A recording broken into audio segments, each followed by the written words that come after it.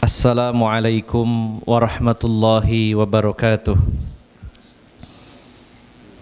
Innal hamdalillahi nahmaduhu wa nasta'inuhu wa nastaghfiruh wa na'udzu billahi min syururi anfusina wa min sayyiati a'malina. May yahdihillahu fala mudhillalah wa may yudlil fala hadiyalah. Wa ashhadu an la ilaha illallah wahdahu la syarika lah wa ashhadu anna Muhammadan abduhu wa rasuluhu la nabiyya ba'dah. Allahumma salli wa sallim wa barik ala nabiyyina Muhammadin wa ala alihi wa sahbihi ajma'in.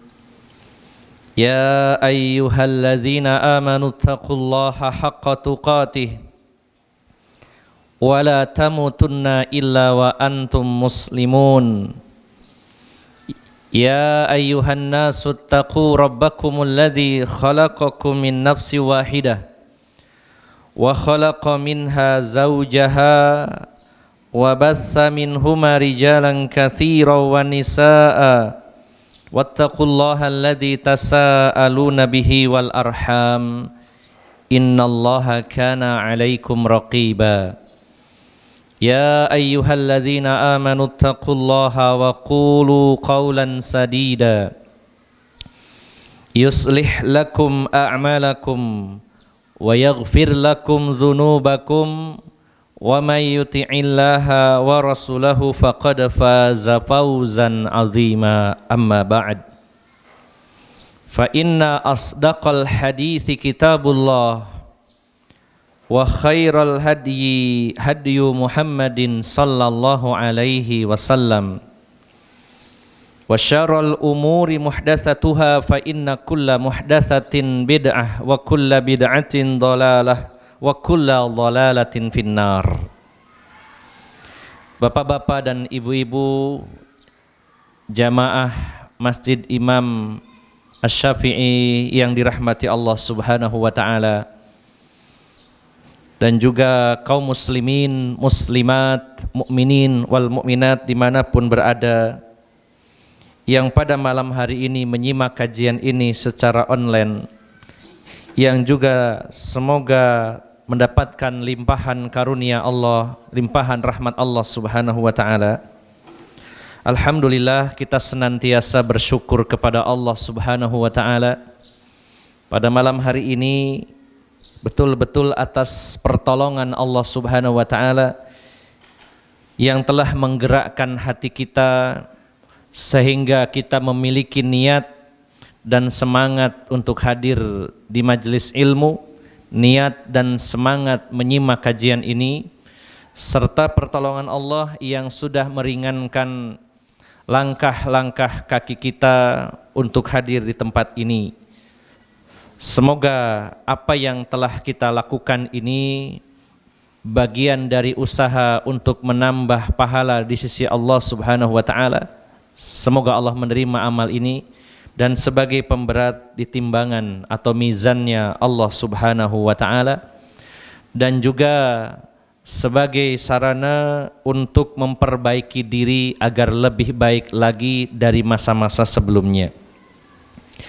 Bapak Ibu jamaah sekalian yang dimuliakan Allah Subhanahu wa taala, salawat dan salam tidak pernah lupa kita senantiasa meminta dan memohon kepada Allah semoga tetap tercurahkan kepada Nabi kita Rasulullah Muhammad sallallahu alaihi wasallam, karena beliaulah orang yang dipilih oleh Allah sebagai pembimbing kita.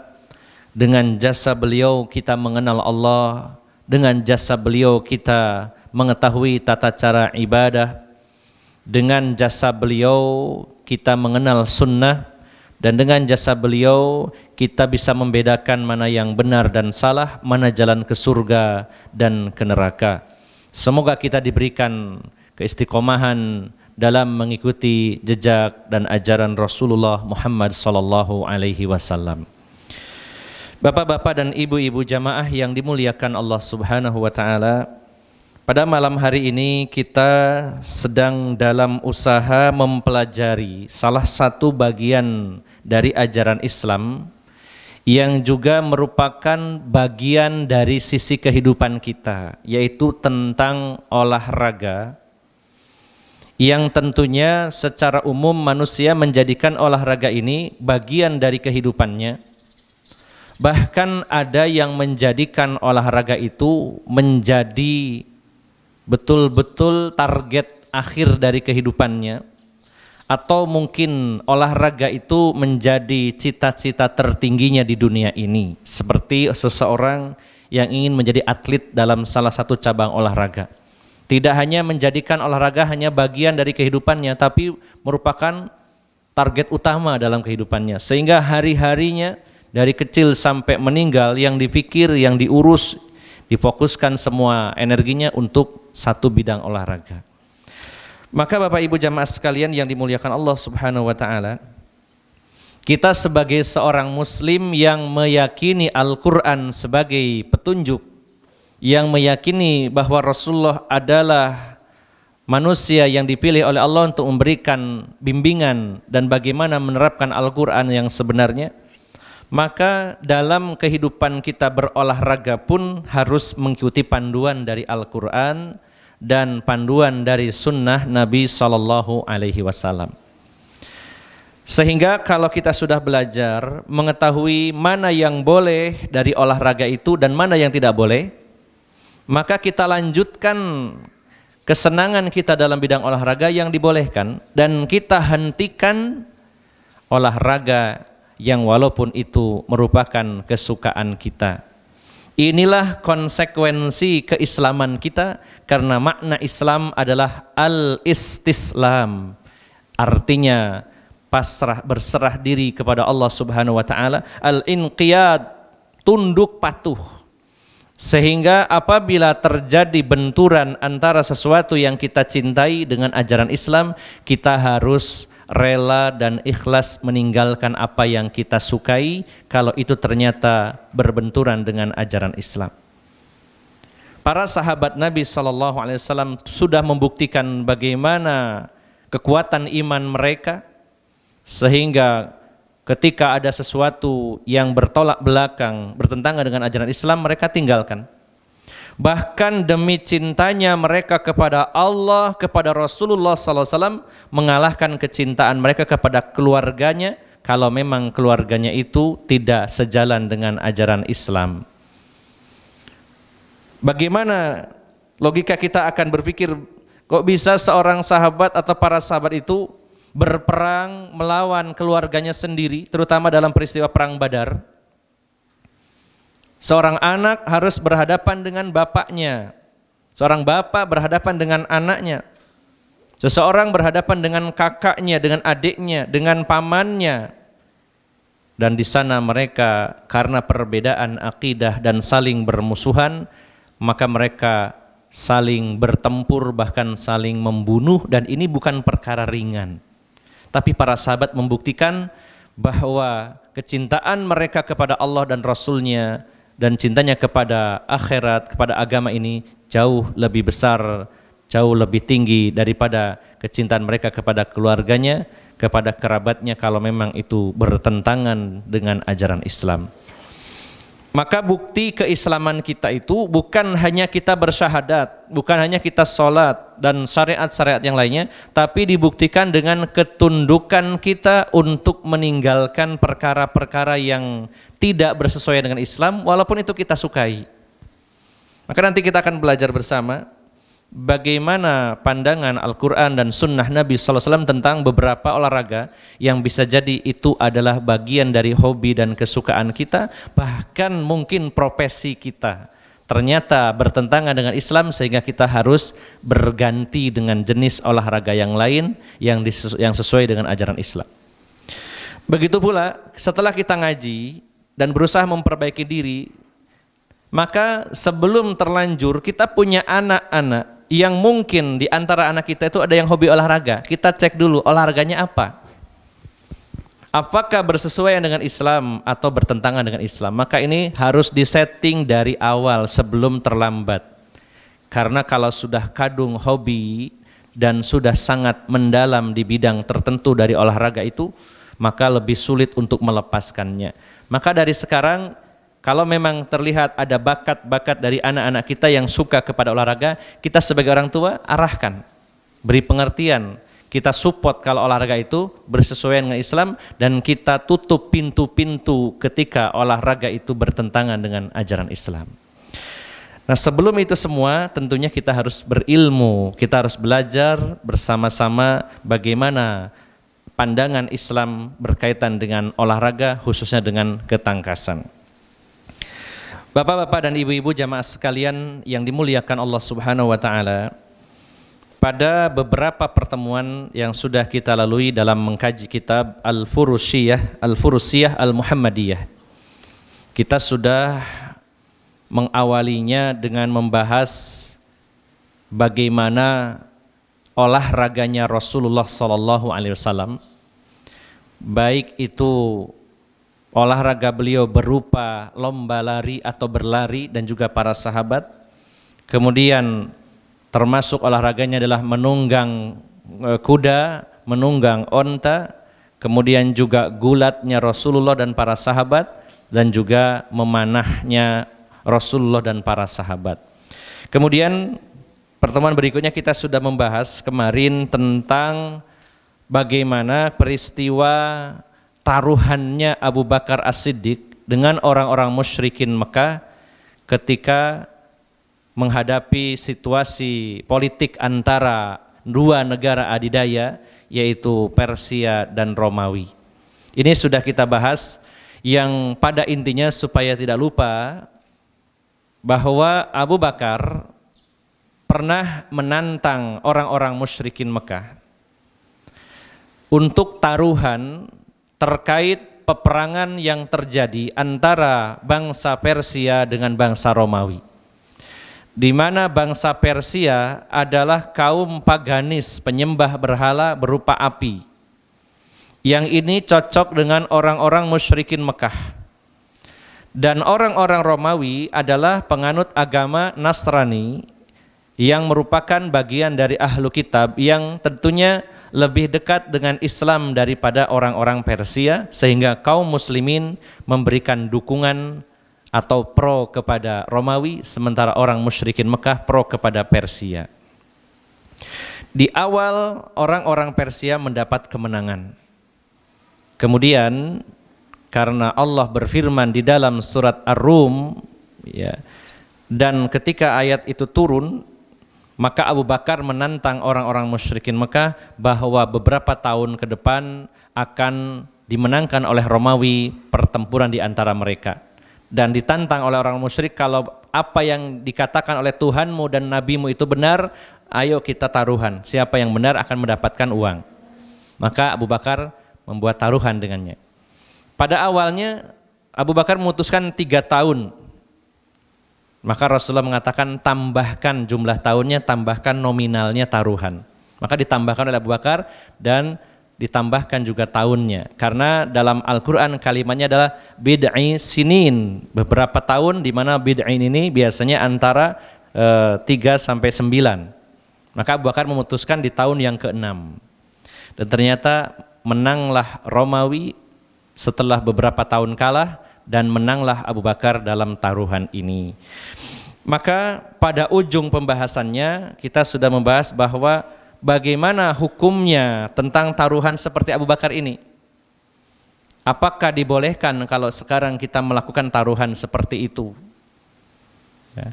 Maka ada 2 pendapat. Yang pertama mengatakan tidak boleh sama sekali, karena itu bagian dari qimar atau judi.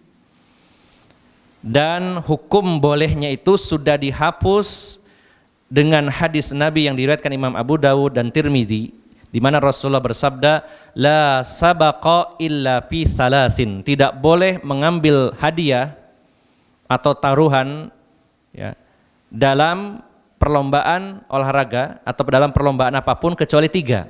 Tidak boleh mengambil hadiah dalam perlombaan kecuali pada 3, yaitu fi naslin, pada lomba memanah, Kemudian wafi atau aufi khuffin, lomba balap unta, aufi hafirin atau lomba balap kuda. Maka hadis ini bagi pendapat yang pertama sebagai penghapus dari hukum bolehnya taruhan di luar 3 perkara tadi. Sehingga pendapat pertama mengatakan taruhan itu tidak boleh sama sekali kecuali dalam 3 perkara tadi, yaitu memanah, lomba unta, dan lomba balap kuda. Pendapat yang kedua mengatakan bahwa tidak dihapus, ya, tetapi tetap terpakai apabila memang taruhan itu ada nilai yang sangat besar untuk kemajuan Islam dan syiar-syiarnya, maka dibolehkan. Karena setelah peristiwa taruhan Abu Bakar dengan orang-orang musyrikin Makkah itu, berbondong-bondong manusia masuk Islam. Oh, ternyata benar Al-Quran itu. Maka berbondong-bondong manusia masuk Islam. Dengan taruhan itu ada maslahat yang besar. Sehingga pendapat yang kedua mengatakan tidak dihapus, hukumnya dibolehkan, tapi harus diperhatikan, dipertimbangkan efek maslahatnya untuk Islam dan kaum muslimin. Dan tentunya efeknya harus besar sekali. Harus besar. Maka ini pembahasan terakhir yang kita bahas. Nah, pada malam hari ini kita akan membahas tentang bagaimana untuk hadiah atau taruhan pada olahraga.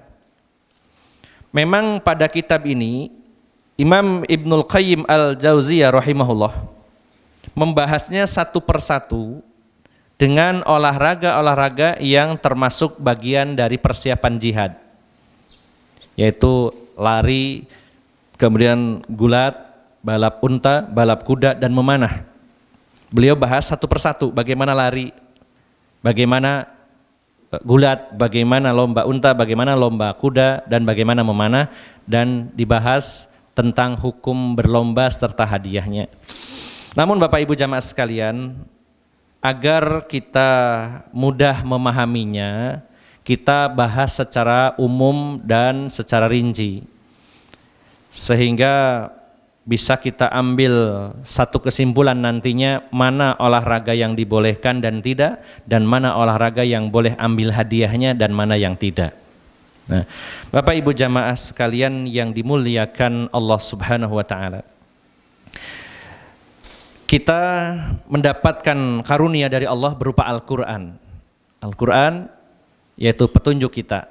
Dan Allah sempurnakan kasih sayangnya dengan mengutus Rasulullah sallallahu alaihi wasallam, di mana beliau adalah menjadi figur contoh bagaimana cara mempraktekkan Al-Qur'an. Kemudian apa yang beliau tetapkan, apa yang beliau sabdakan, apa yang beliau contohkan, apa yang beliau diamkan sebagai tanda setujunya menjadi dalil. Karena itu juga dalil dari, atau itu adalah juga wahyu dari Allah Subhanahu wa taala. Maka kita sepakat bahwa Al-Qur'an dan hadis Nabi adalah wahyu dari Allah Subhanahu wa taala. Kemudian setelah itu bentuk kasih sayang Allah, maka adanya para ulama warasatul anbiya. Kalau hanya Al-Qur'an dan hadis saja, Rasulullah sudah wafat, bagaimana menjelaskan Al-Qur'an? Maka adanya para ulama bentuk kasih sayang Allah kepada kita semuanya. Kemudian para ulama menyusun kitab-kitab yang begitu banyak, lalu Allah sempurnakan kasih sayangnya lagi dengan adanya dai-dai yang membacakan dan membahas kitab-kitab para ulama, di mana para dai itu tentunya sangat harus memahami siapa objek dakwahnya, bagaimana karakter masyarakatnya, sampai di mana tingkat pendidikannya, apa latar belakangnya, sehingga bisa menyampaikan apa yang ditulis oleh para ulama itu sesuai dengan kondisi masing-masing, gimana caranya supaya mudah dipahami.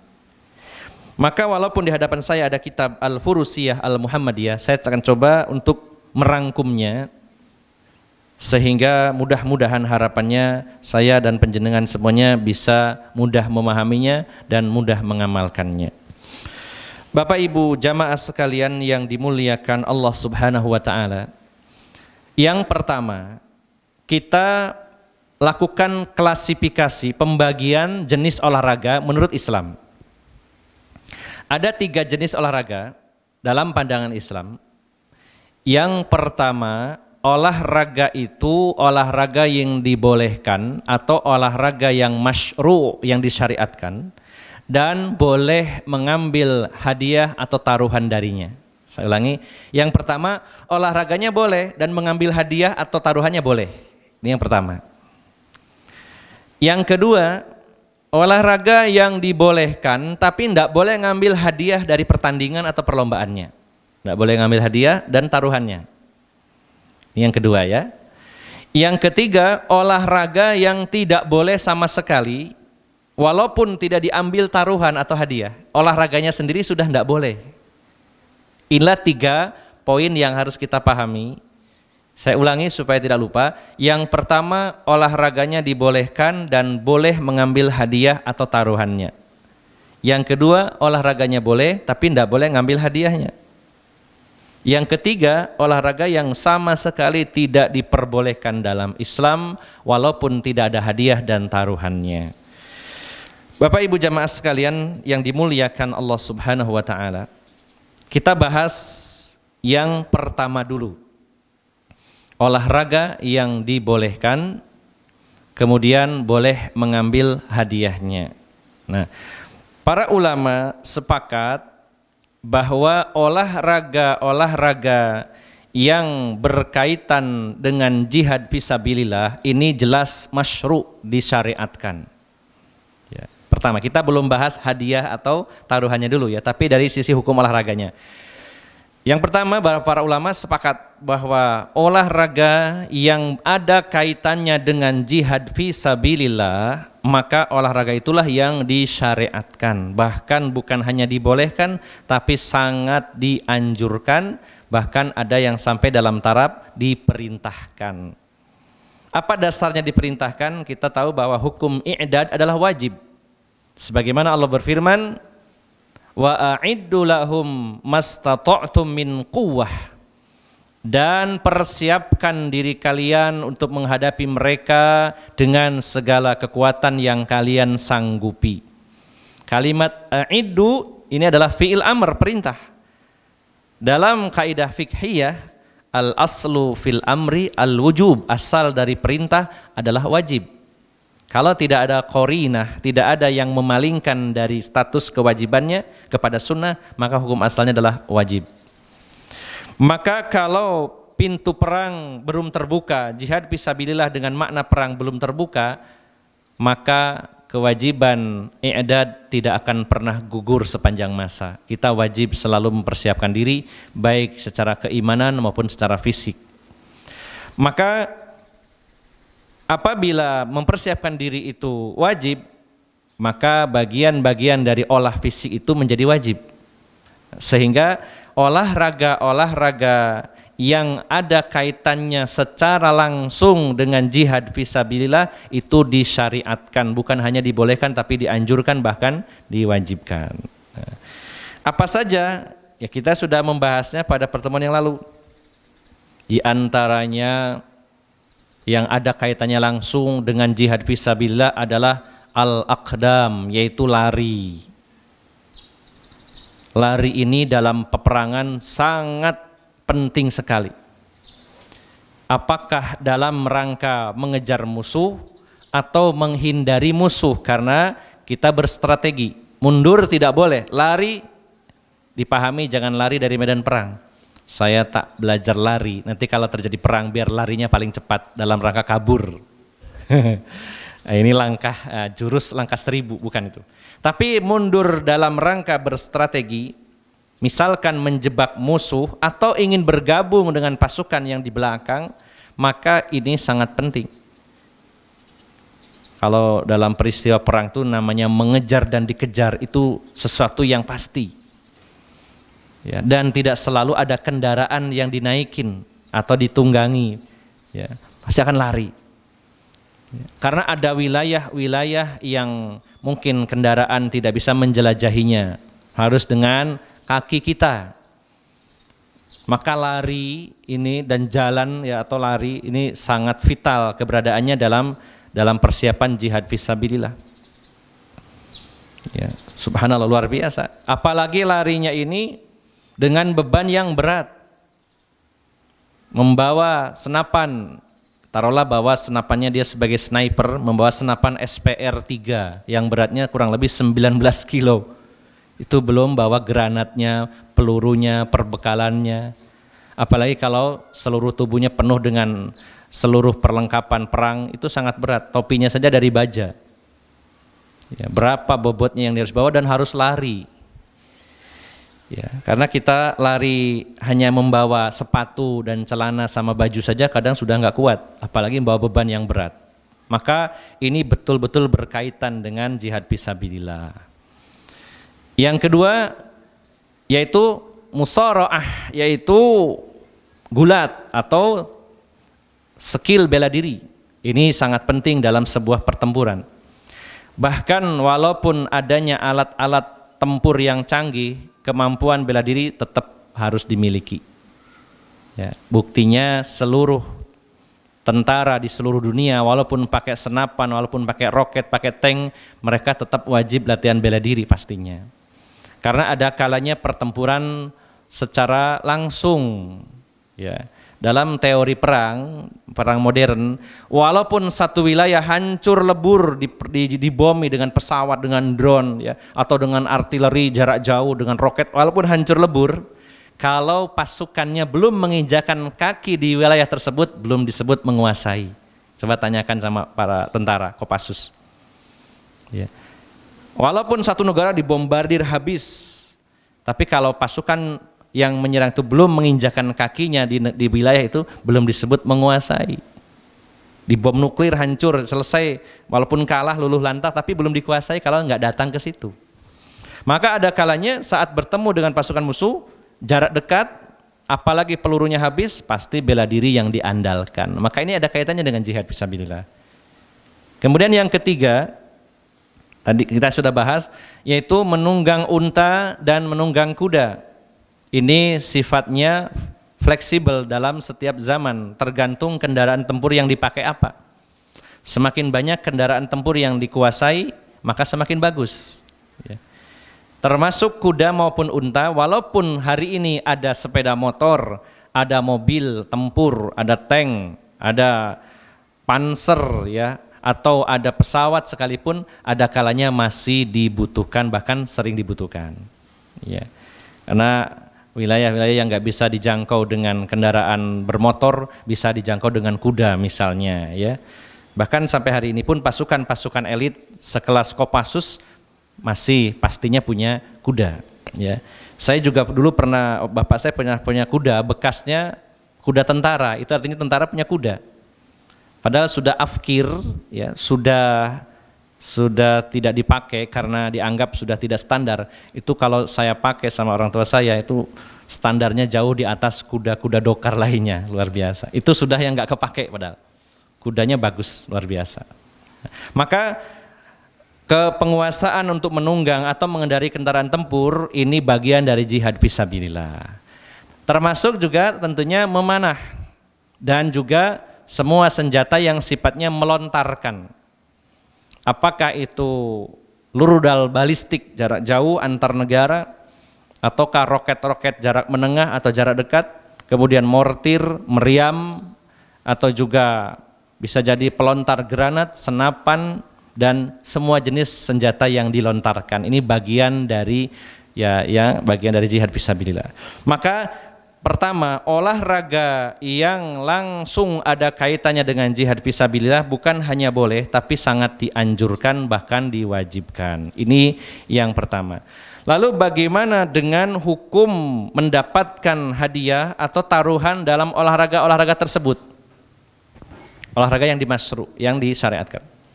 Sebelum saya masuk, saya tambahkan dulu bahwa para ulama, diantaranya Syekh Ibnu Al-Utsaimin rahimahullah dan juga fatwa dari Lajnah Ad-Daimah menyatakan bahwa olahraga yang masyru' tadi itu tidak dibatasi hanya lari, kemudian juga gulat, balap unta dan kuda atau memanah, tapi juga semua olahraga yang dikiaskan kepada olahraga-olahraga tersebut. Ada kesamaan fungsi dan peran.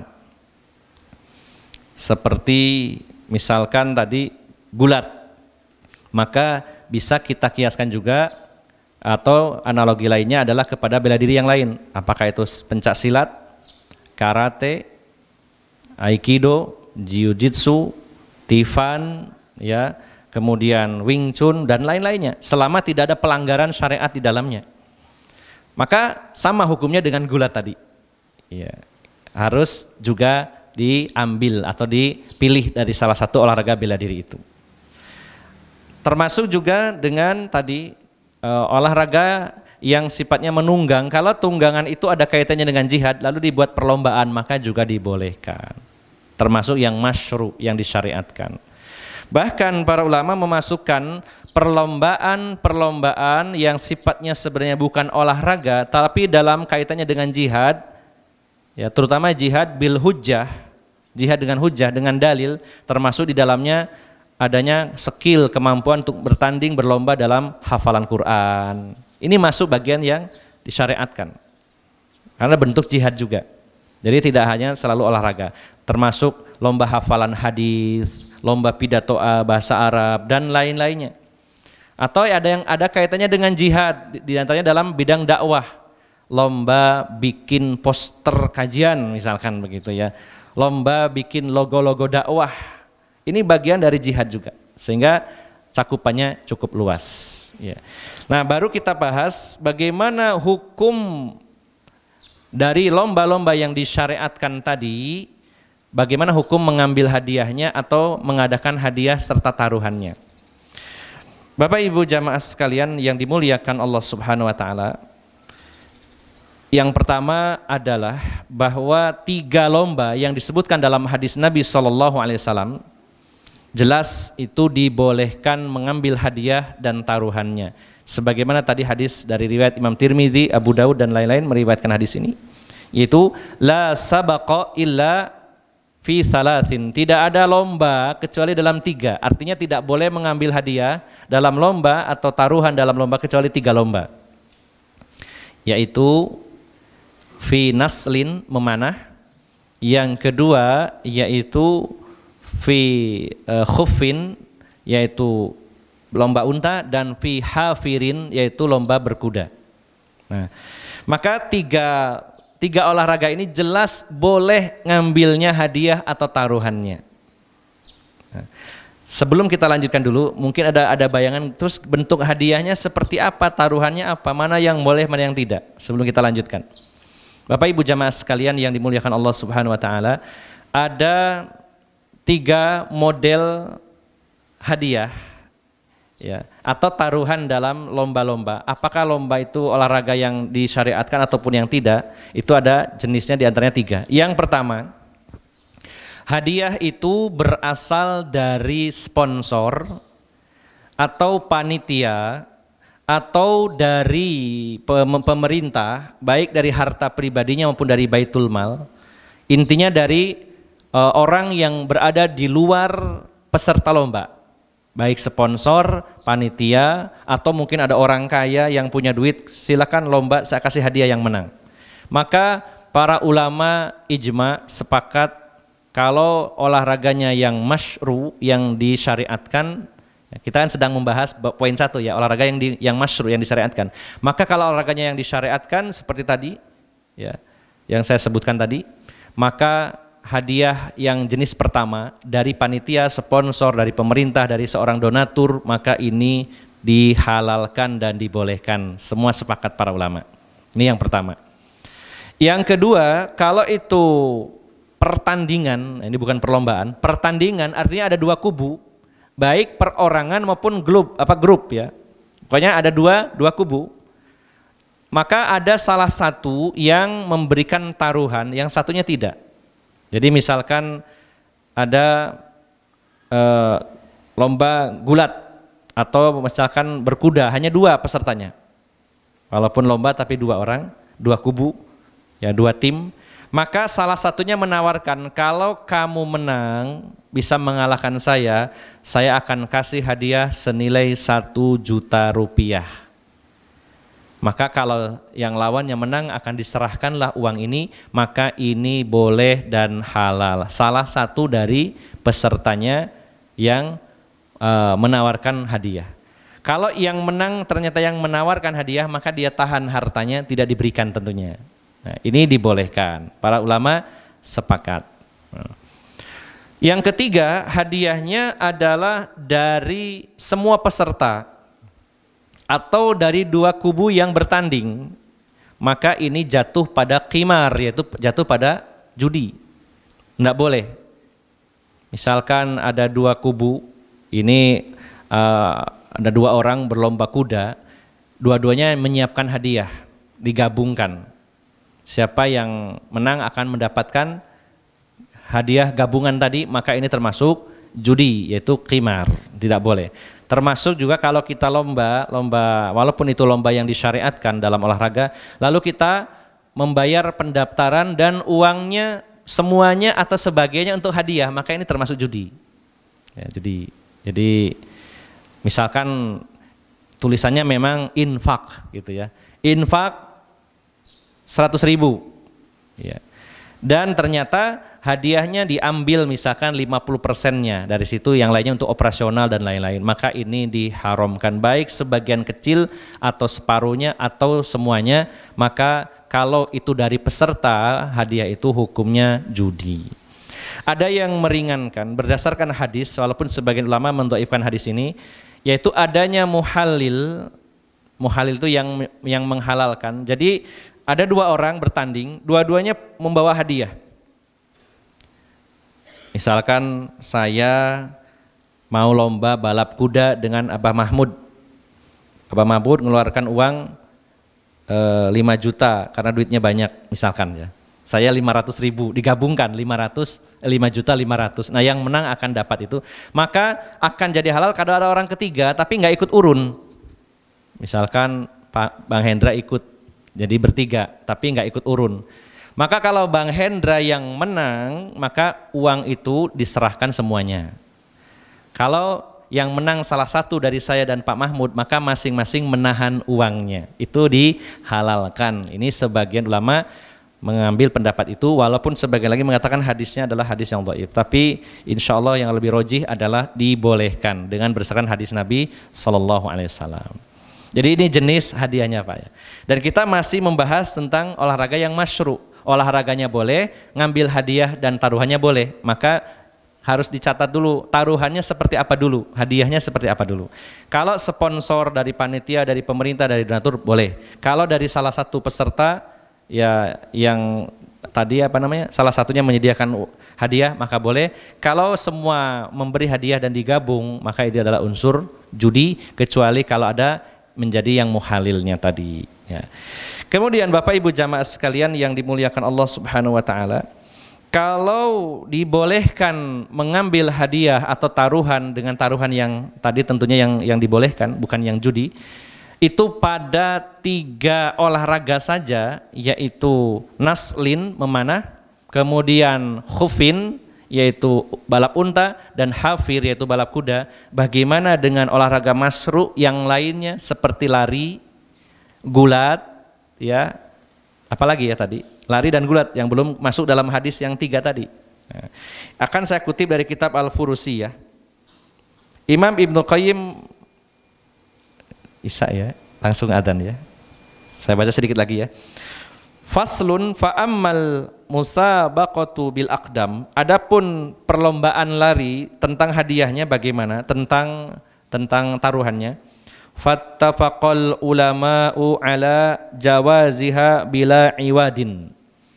Para ulama sepakat kalau pertandingan lari itu dibolehkan dari sisi olahraganya tentunya tanpa hadiah. Ini sepakat semua. Nah, bagaimana dengan yang berhadiah? Inilah yang ada perbedaan pendapat. Wakhtalafu hal tajuzu bi'iwadin au ala qaulain. Kalau larinya sendiri tidak ada hadiahnya, monggo bebas. Bahkan dianjurkan, tadi ya sudah kita bahas. Tapi bagaimana kalau ada hadiahnya? Maka para ulama pecah menjadi 2 pendapat. Ahaduhuma, salah satu atau nomor 1 pendapat yang pertama, la tajuz, enggak boleh hukumnya. Karena alasannya apa? Tidak masuk dalam yang 3 tadi. Naslin, khufin, hafir, memanah, balap unta, balap kuda. Kalau memang dibolehkan, Rasulullah pasti akan menyebutkan di situ al-aqdam juga. Tapi kenapa Rasulullah hanya membatasi 3 yang dibolehkan dapat hadiah? Pendapat pertama mengatakan la tajuz, tidak boleh mengambil hadiahnya, mengadakan hadiah maupun taruhan. Wa huwa madhab Ahmad wa Malik. Ini pendapatnya madhab Ahmad, yaitu Imam Ahmad bin Hambal dan Imam Malik, Hambaliyah dan Malikiyah. Ya. Kemudian wathani, pendapat yang kedua, tajuz, boleh hukumnya, wa huwa madhab Abu Hanifah, yaitu madhabnya Abu Hanifah. Nah, jadi kalau dari 2 pendapat itu mana yang akan kita ambil, ya, wallahu a'lam bishawab. Tapi kalau kita bahas secara global bahwa lomba lari itu memang sebagian ulama tadi dalam madhab Hanafi mengatakan bahwa lomba lari itu diidentikan dengan lomba unta dan lomba kuda. Walaupun Rasulullah tidak menyebutkan tersendiri lari, tapi sama-sama larinya. Cuman satunya lari pakai kendaraan, yang satunya tanpa kendaraan. Dan kalau dikaitkan dengan jihad, lari ini ada kaitannya dengan jihad. Kalau saya pribadi akan mengambil pendapat yang kedua yang membolehkan. Allah alam ya, karena masing-masing punya dasar. Kalau pendapat pertama, madhab Ahmad, Hambali dan Maliki mengatakan tidak boleh, karena yang dibolehkan cuma 3. Nah, tetapi pendapat kedua Imam Abu Hanifah mengatakan dikiaskan dengan larinya kuda dan unta. Dan kalau kembali kepada pendapat dari para ulama kontemporer sebagaimana Syekh Ibnu Al-Utsaimin, bahkan beliau mengatakan seluruh olahraga yang identik atau sama atau dikiaskan dengan olahraga-olahraga yang ada kaitannya dengan jihad, maka dibolehkan untuk mengambil hadiahnya. Bahkan sampai lomba baca Quran yang bukan bagian dari olahraga pun dibolehkan karena ada kaitannya dengan jihad. Maka silakan panjenengan pilih yang mana. Kalau saya sudah menjelaskan 2 pendapat, namun saya lebih merojihkan pendapat yang kedua karena lari sangat erat kaitannya dengan jihad fisabilillah, sehingga dibolehkan olahraga lari dan mengambil hadiahnya. Ini kalau pembahasannya tentang lari. Sebelum kita lanjutkan, kita break dulu untuk adzan Isya. Monggo Mas Anton. Alhamdulillah wassalatu wassalamu ala Rasulillah wa ala alihi wa sahbihi wa mawalah, amma ba'd. Bapak Ibu jamaah sekalian yang dimuliakan Allah Subhanahu wa taala, kita lanjutkan beberapa menit ke depan sebelum kita salat Isya. Jadi poin yang pertama, kita sedang membahas olahraga yang masyru', yang disyariatkan. Secara hukum tentu boleh melakukan olahraga tersebut dan berlomba dalam olahraga tersebut. Dan untuk masalah mendapatkan hadiah atau taruhan di dalamnya, maka disinilah yang ada khilaf atau perbedaan pendapat di para ulama. Yang 3 olahraga tadi, ini jelas sekali bolehnya olahraganya dan bolehnya mengambil hadiah atau taruhan selama taruhannya tidak ada unsur qimar atau judi, yaitu memanah, balap unta dan balap kuda. Ini jelas hadisnya. Adapun olahraga masyru' yang lainnya yang tidak disebutkan dalam ketiga tadi, dalam hadis tadi, maka disitulah ada sedikit perbedaan para pendapat. Tadi kita sudah bahas tentang yaitu al-aqdam, balap lari.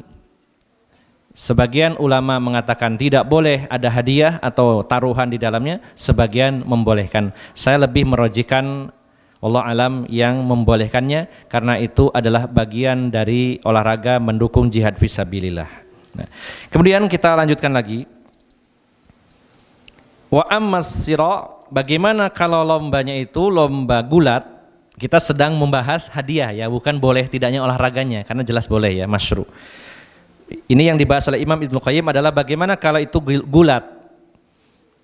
Maka beliau menulis payajuzu bila rahnin. Maka gulat boleh pertandingannya tanpa adanya rohan, yaitu taruhan atau hadiah. Wala yajuzu birrahni indal jumhur kamalik wa Syafi'i wa Ahmad. Dan tidak boleh adanya taruhan atau hadiah menurut jumhur ulama sebagaimana Imam Malik, Imam Syafi'i dan Imam Ahmad. Wajawwaja ba'du ashabis Syafi'i, dan menghukumi boleh sebagian dari sahabat-sahabatnya Imam Syafi'i rahimahullah. Ya. Nah, jadi kalau ini seperti yang dibahas tadi dalam lomba lari, sebagian ulama membolehkan, sebagian tidak membolehkan. Mana yang akan dipilih? Kembali kepada pendapat para ulama kontemporer, di antaranya selama itu ada kaitannya dengan jihad fisabilillah secara langsung. Karena kalau secara tidak langsung terlalu jauh nanti ada orang beralasan lomba sekak itu ya bermanfaat buat jihad, ngatur strategi. Terlalu jauh ya, memaksakan diri ya. Strateginya strategi apa ya, di perang apakah ada, mungkin walaupun ada sedikit tapi dalam hal apa ya, terlalu jauh untuk mengait-ngaitkan. Wah, engkau olahraganya golep ini ya buat jihad, engkau gaya nyapluk musuh, ya dibuat-buat lah seperti itu. Kita bahasnya, kita persempit bahwa yang ada kaitannya langsung, lari, gulat atau bela diri, kemudian juga menunggang kendaraan tempur atau kuda dan unta, memanah, menembak dan sebagainya. Langsung ada kaitannya dengan jihad fisabilillah. Maka kalau siro, yaitu gulat, ini ada kaitannya dengan jihad fisabilillah, maka kita mendapati dua pendapat yang membolehkan dan yang tidak membolehkan. Ya. Kalau ragu-ragu, kok sama-sama punya dalil, ya sudah, olahraganya saja kita ambil, tidak usah ada lombanya. Kalau memang ragu, itu paling aman dalam polemik perbedaan pendapat. Kita keluar dari khilafiyah, itu seperti itu, amannya begitu. Tapi kalau mau memilih salah satu, monggo, boleh. Nah, ada pendapat yang mendukungnya.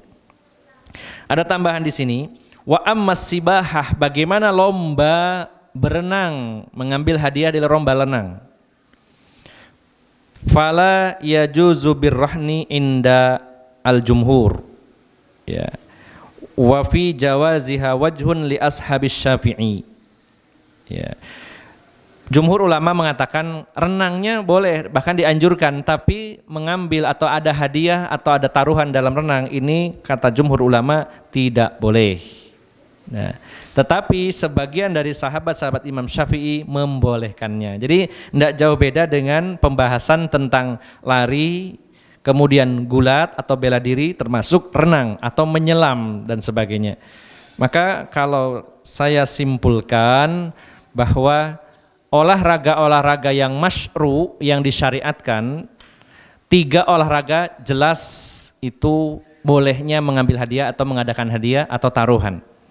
Adapun olahraga masyru' yang lainnya, yang masing-masing olahraga tersebut mendukung jihad fisabilillah, selalu ada 2 pendapat yang membolehkan dan yang tidak membolehkan. Kalau ingin lepas dari polemik perselisihan, maka silakan lakukan lomba tanpa hadiah. Tapi kalau mau mengambil hadiah, berarti mengambil pendapat yang salah satu dari kedua pendapat itu. Nah, termasuk di dalamnya juga berenang. Muncul pertanyaan, kalau lomba khuf, yaitu unta, dibolehkan, apakah hewan-hewan lain ya kemudian hewan tersebut ditunggangi dan diadakan lomba? Misalkan jenengan mengadakan lomba balap gajah, maka ini jadi pembahasan tersendiri ya. Sebagian ulama mengatakan gajah sama unta beda. Sebagian lagi mengatakan ada kesamaan. Apa kesamaannya? Khuf, kita tahu ya, khuf itu sepatu. Kan ada salah satu pelajaran dalam fikih, cara mengusap khuf ya, penutup kaki ya, sepatu biasanya. Maka gajah dengan unta sama-sama memiliki khuf, penutup di kakinya, sehingga bisa disamakan. Kemudian yang kedua, gajah juga sering dipakai untuk berperang, sebagaimana unta ya. Tidak hanya kuda, tapi unta juga perang. Berapa banyak pasukan berunta ya, naik unta terus memanah dari atas unta, itu banyak. Dulu itu pakai seperti itu.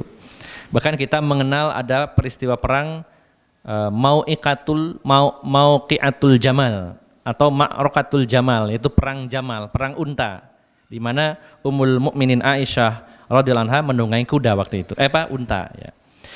Silakan pilih pendapat, apakah gajah itu atau hewan-hewan lain yang seperti unta masuk bagian yang dibolehkan atau tidak. Para ulama berbeda pendapat, tapi tentunya kita tidak akan terlalu rumit ya harus nyari gajahnya kemana ini ya dan lain-lainnya, tapi sebagai ilmu saja tentang boleh tidaknya. Sebagian membolehkan karena masuk kategori hewan yang ada tutup di kakinya, yaitu khuf. Begitu pula ada pertanyaan, bagaimana dengan himar atau keledai dan bigol? Apakah sama dengan maknanya hafir, itu kuda? Ini juga para ulama berbeda. Ada yang mengatakan keledai dan bigol itu sama dengan kuda, sehingga boleh lomba keledai maupun lomba bigol. Kalau khimar itu keledai, kalau bigol ini antara kuda dengan keledai itu ada pergaulan bebas sehingga lahirlah bigol. Ya, anaknya dari persilangan antara kuda dengan khimar jadinya bigol pertengahan.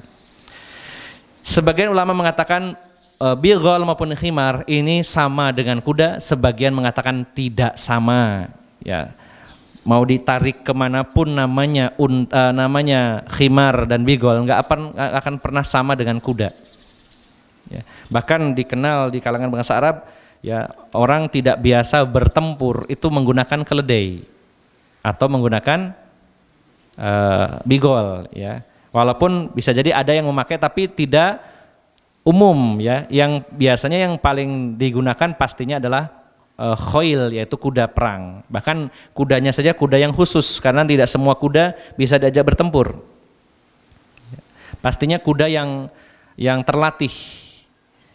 Ya, karena masya Allah kalau kudanya tidak terlatih bukannya membantu penunggangnya malah mencelakakan.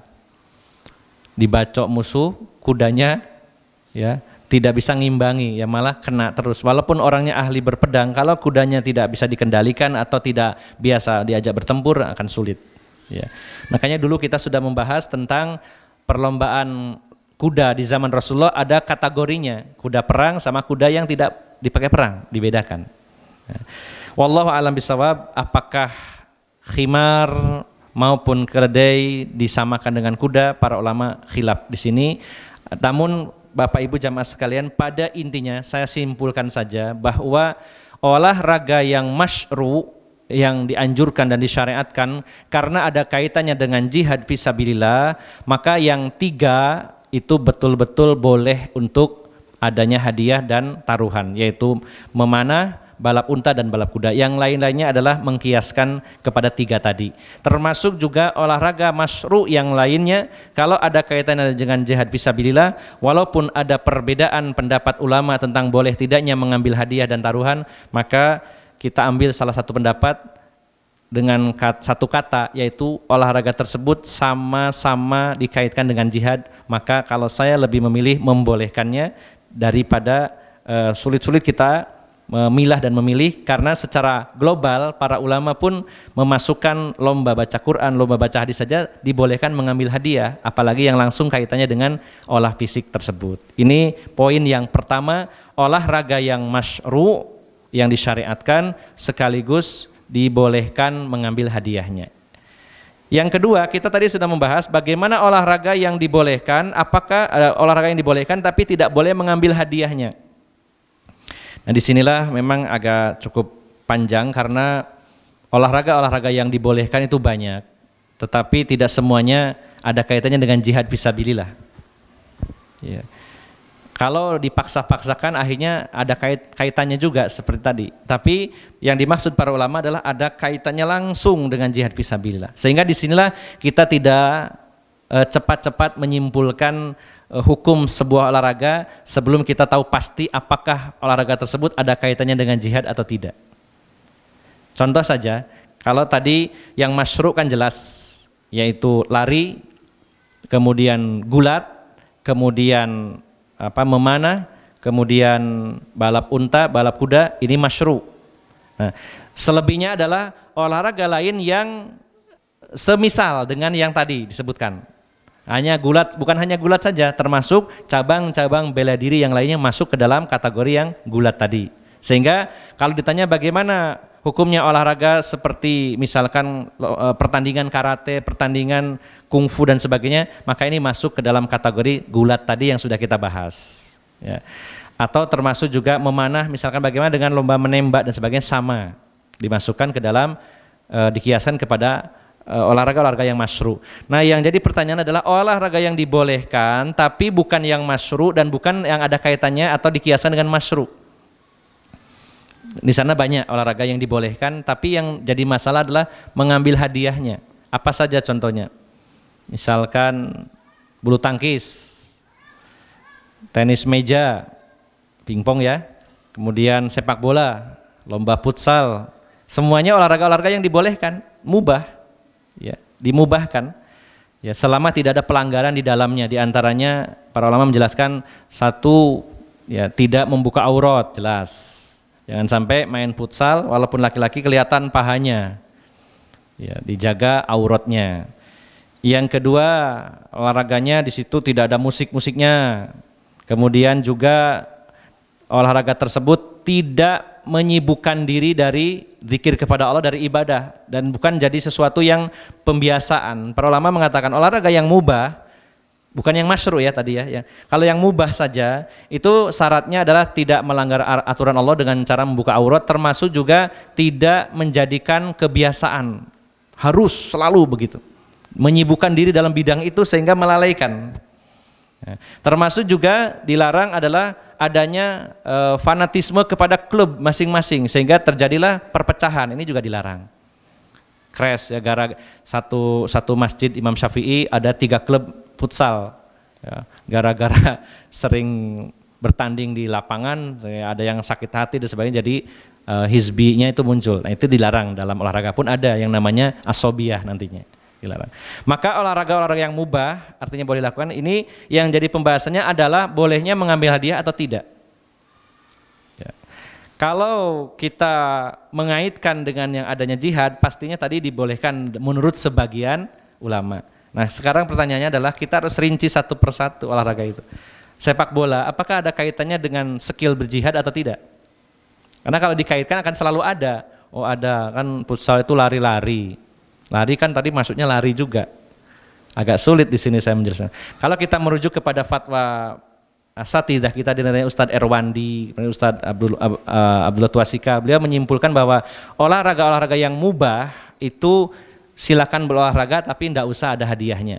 Tidak ada usah ada taruhan-taruhannya seperti futsal, pingpong, bulu tangkis, itu kan mubah, silakan.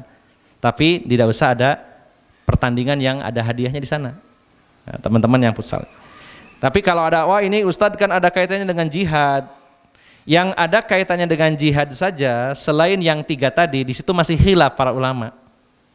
Seperti lari, tadi kan masih khilaf. Ada yang membolehkan dan yang tidak.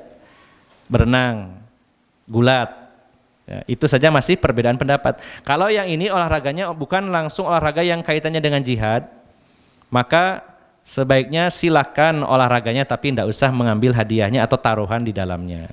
Ini lebih aman. Walaupun ada sebagian orang yang akhirnya mengait-ngaitkan, kan poli itu kan ono semese, kok nyemes musuh kan lumayan. Ngaplok musuh ya. Jadi pokoknya dihubung-hubungkan. Kalau begitu kan nggak ada habisnya. Pasti banyak olahraga yang kaitannya dengan jihad. Rasulullah akan nyebutkan ya wis lah semua olahraga ya. Pokoknya ada kaitannya berjihad, enggak. Kenapa Rasulullah hanya membatasi beberapa olahraga? Nah, disinilah bapak-bapak ibu jamaah sekalian, kita harus betul-betul memposisikan diri sebagai seorang muslim, cari olahraga yang masyru'. Kalaupun yang boleh, enggak usah ada hadiahnya, lebih aman. Ya. Kan yang masyru' saja pilihannya banyak Pak, Masya Allah. Ya anak kita ini fokusnya kemana nih, kayaknya lari, silakan dilatih lari. Atau kita sendiri, oh ini gulat, enggak harus gulat, karate, silat dan sebagainya, memanah, menembak dan lain-lainnya yang sejenis, lempar tombak atau lempar pisau, silakan dipilih banyak itu. Ya. Dengan banyaknya pilihan justru peluang bagi kita untuk memilih yang terbaik. Ya. Jangan malah justru bebas, tapi pilih yang terbaik.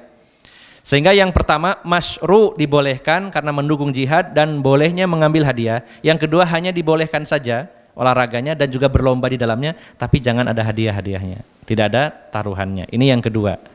Maka lebih amannya olahraga-olahraga yang tidak ada kaitannya dengan jihad, kita silakan bermain, silakan bertanding, berlomba, tapi tidak perlu ada taruhan atau hadiahnya. Nah, ini yang kedua, yang mubah lombanya atau olahraganya, tetapi tidak usah mengambil hadiahnya atau tidak boleh mengambil hadiahnya.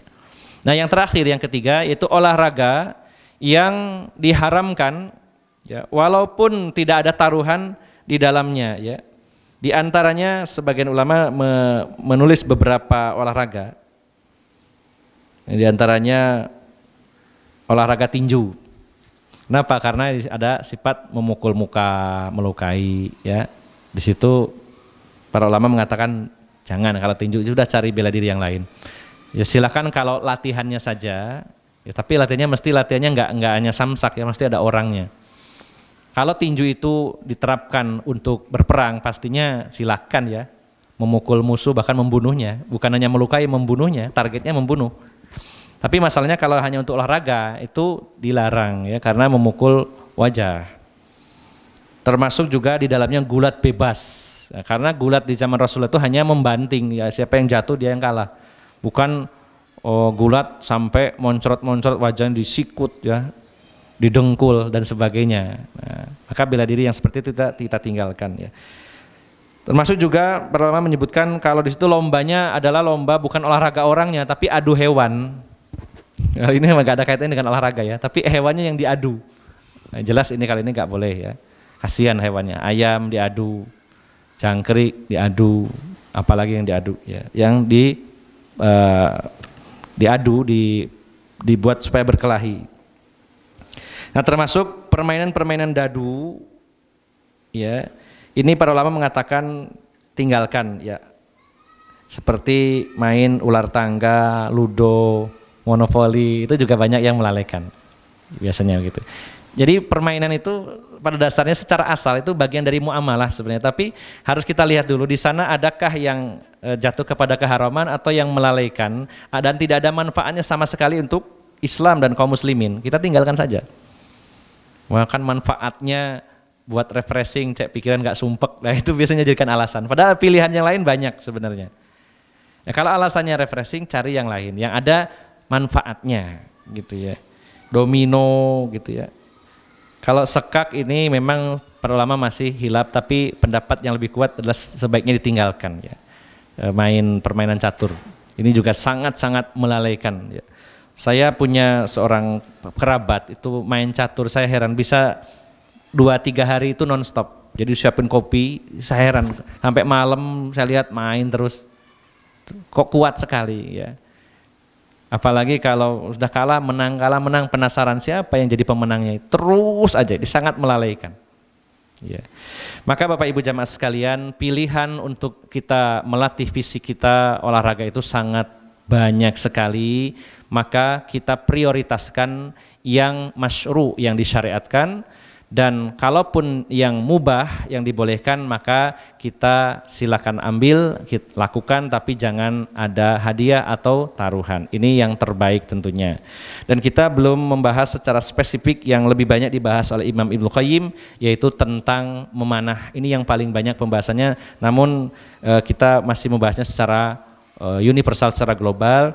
Insya Allah pada pertemuan berikutnya pasal yaitu wa amman nidol, yaitu perlombaan memanah. Ini dalam kitab ini memang lebih ditekankan, sehingga beberapa pertemuan saya tunda terus karena memang beliau pun menundanya di belakang karena banyaknya pembahasan tentang memanah ini.